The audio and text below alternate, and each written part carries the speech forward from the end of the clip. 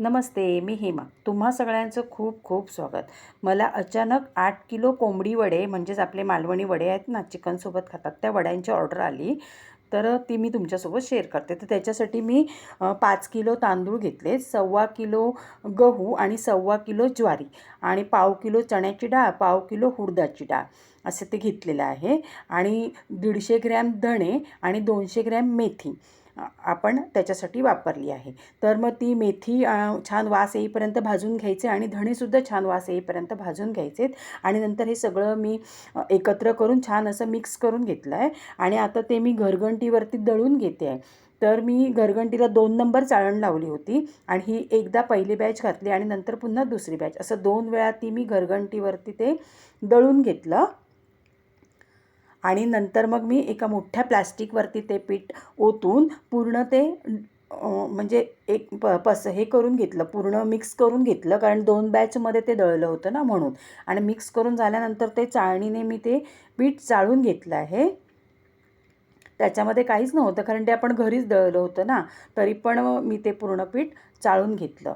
आणि मग चाळून घेऊन झाल्यानंतर मी ते काट्यावरती वजन केलं आहे. आणि नंतर मग सगळ्या पिशव्यांमध्ये ते भरून पॅक करून घेतलं. हे बघा, अशा प्रकारे मी हे वड्यांचे पीठ तयार केलं आहे.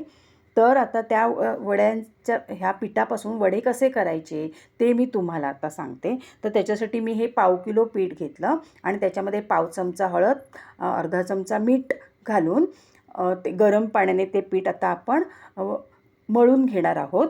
तर इथे तुम्ही चमचा वापरला तरी चालेल, कारण गरम असतं ना हात, मला पण चटके लागत आहेत हाताला. पण थोडं, आणि पाणी घालताना मात्र ते थोडं थोडं पाणी घालायचं आहे. आणि असं थोडं थोडं पाणी घालून आपण हे असं पीठ मळून घ्यायचं आहे.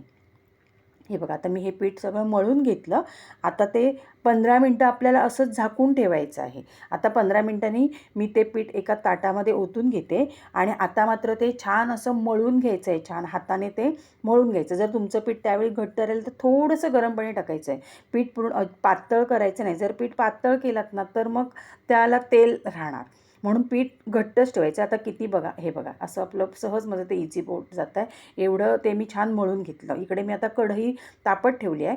आता जे मळून घेतलेलं पीठ होतं ना त्याचे मी गोळे करून घेते आहे.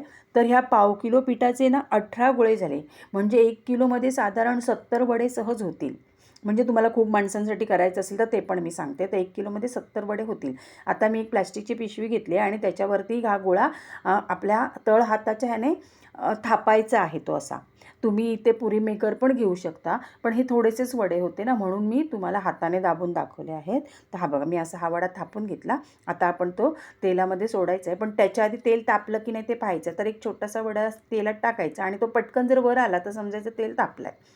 आता हा वडा आपण त्याच्यामध्ये तेलामध्ये सोडला आहे. तर आता त्याला अजिबात हात लावायचा नाही, तो वर येईपर्यंत त्याला हात लावायचा नाही, सॉरी, झाऱ्याने म्हणजे टच करायचं नाही. आणि आता बघा, तो वरती आला की मग झाऱ्याने त्याला थोडा प्रेस करायचा आहे आणि खालची बाजू भाजून घ्यायची आणि अलगद असा कडेला आणून तो पलटी करायचा आहे. बघा किती छान भाजला आहे वडा आपला. आता त्याची मागची साईड पण आपण छान भाजून घ्यायची. हे बघा, मागची साईड पण किती छान भाजली. आणि अशा प्रकारे मी सगळे वडे भाजून घेते. हे बघा, आपले सगळे वडे मी भाजून घेतले आहेत. किती छान वडे झालेत बघा, जरासुद्धा त्याला तेल राहिलेलं नाही आहे. तर तुम्हाला माझी रेसिपी कशी वाटली, आवडली तर लाईक करा, शेअर करा आणि सबस्क्राईबसुद्धा करा.